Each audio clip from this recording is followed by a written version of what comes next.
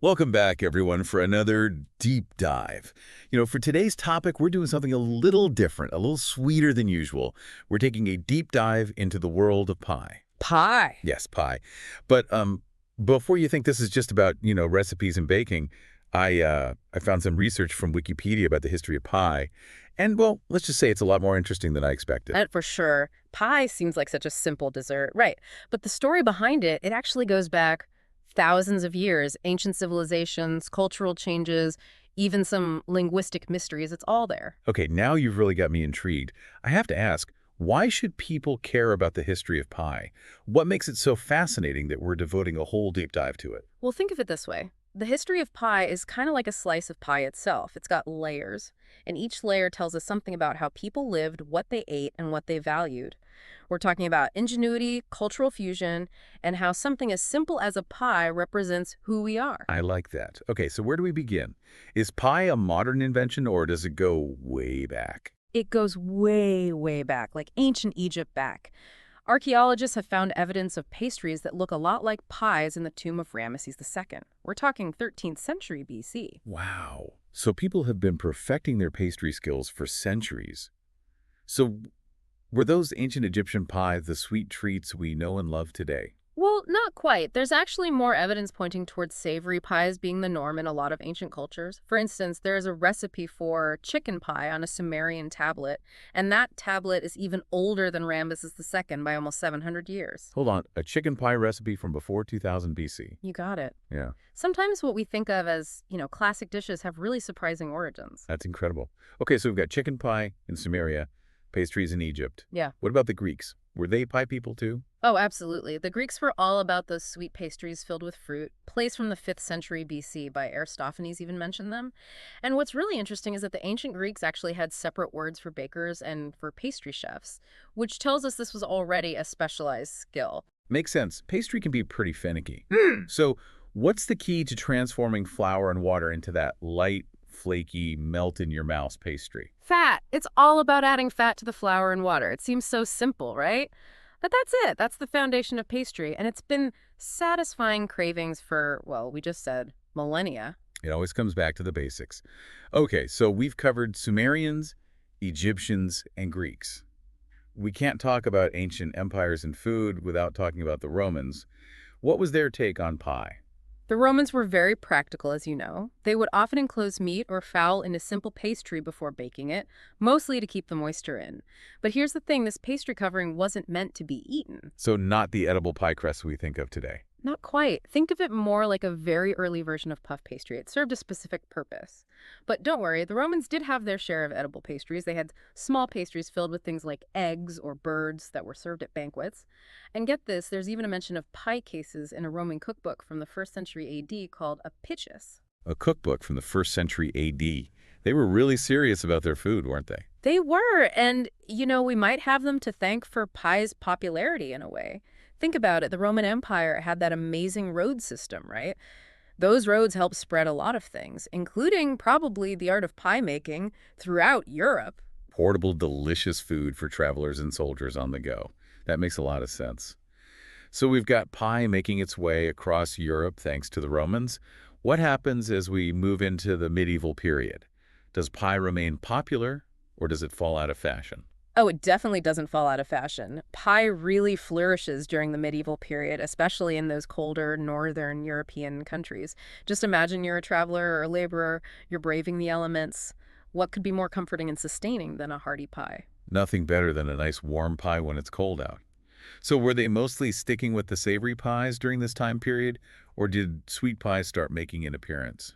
Oh, savory was definitely king in medieval times. And they weren't afraid to experiment with their fillings. We're talking beef, lamb, duck. Even things like pigeon and magpie found their way into pies. Pigeon pie.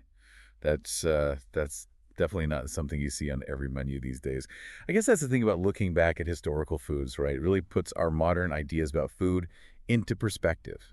What about spices? Did they use those to add flavor? Absolutely. Spices were essential, and not just for flavor. Remember, this was before refrigeration, so spices played a big role in preserving food. Pepper, currants, dates, they were all popular additions to medieval pies. It's amazing how they used what they had available to create such flavorful dishes. Yeah. You mentioned earlier that the word pie has a bit of a mysterious history. Did they even call it pie back then? That's one of the most interesting parts of the story. Early recipes actually called pies coffins, meaning a basket or box, like an enclosure. Coffins.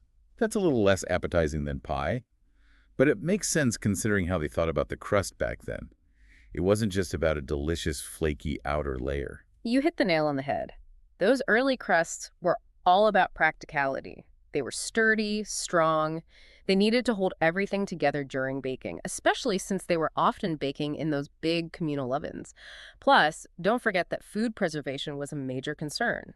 A good, strong crust helped keep those fillings safe to eat. So the crust was kind of like medieval Tupperware. Exactly. And there's even some debate about whether they always ate the crust or if it was mainly there to contain and preserve the filling. Some historians think that the servants might have gotten to eat the crusts after the masters had their fill, but it's hard to say for sure.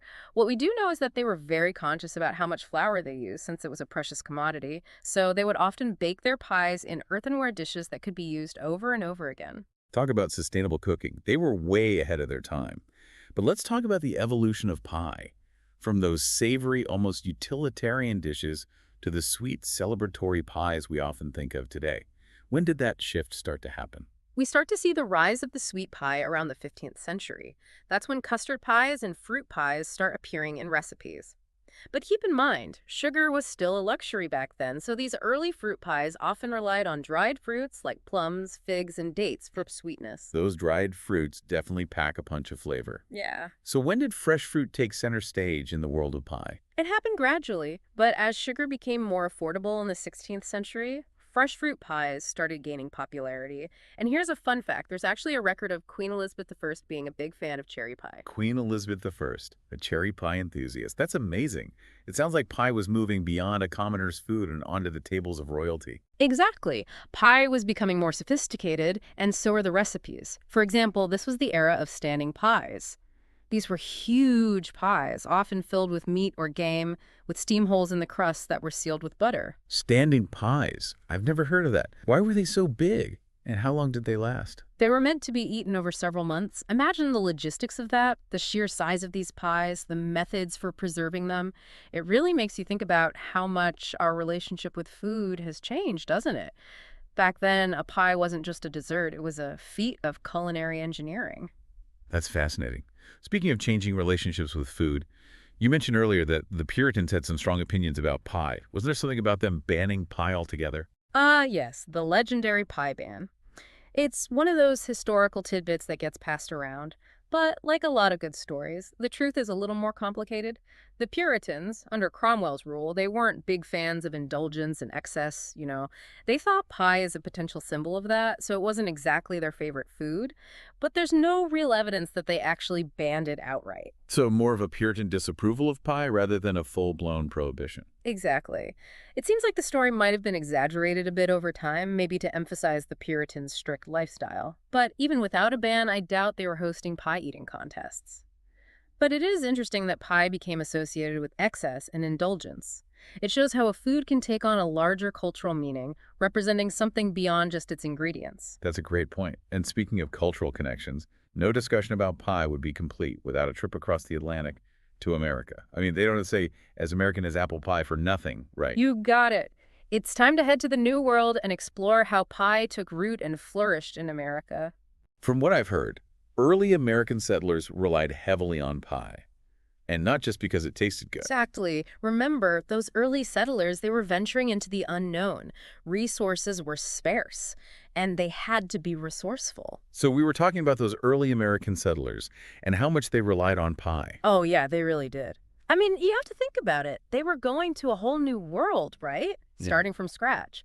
Resources were limited. They had to make do with what they had. It sounds like pie was the original frontier meal prep.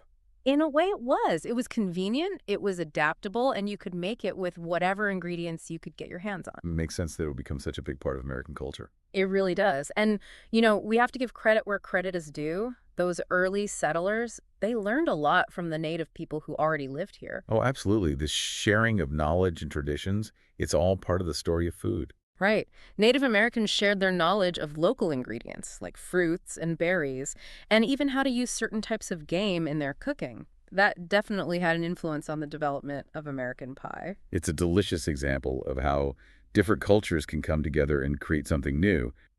But before the break, we were talking about pie in the modern world. Has pie managed to hold on to its place as a cultural icon, or has it become a relic of the past? That's a really interesting question. It makes you think, right? On the one hand, pie definitely still holds a special place in a lot of cultures, especially here in America. It's like a symbol of home and comfort and good times.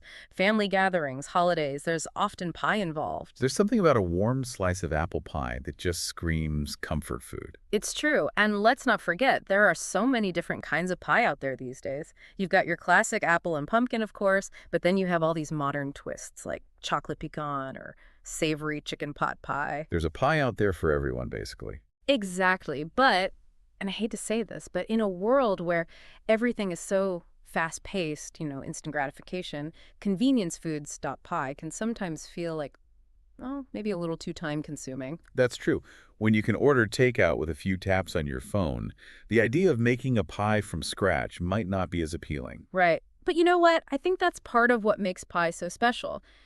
Choosing to make a pie, taking the time to measure out the ingredients, feel the dough in your hands, it's almost an act of rebellion against this instant disposable world we live in. It's like a culinary statement, a way of saying, I'm slowing down, I'm appreciating the process. And let's not forget the social aspect of it all. Pie brings people together, whether it's a family recipe passed down through generations or just trying out a new pie recipe with friends. There's something about sharing a pie that creates a connection. It's an experience, not just a dessert. So as we wrap up our deep dive into the world of pie, any final thoughts? What do you think the future holds for this humble dish? That is the million-dollar question. I wish I had a crystal ball to tell you. I don't know for sure if pie will always be this cultural touchstone, but here's what I do know. Every time someone chooses to bake a pie, share a pie, enjoy a pie, they're adding to the story of pie. They're keeping the tradition alive. I love that. The story of pie is still being written, and on that note, we're out of time for today's deep dive. But this is just the beginning, really. There's a whole world of pie out there to explore. I know. Go out, try different pies, find those hidden gems, maybe even experiment with your own recipes. You might be surprised what you create. Great advice. Thanks for joining us today on our pie journey. Until next time, happy baking, everyone.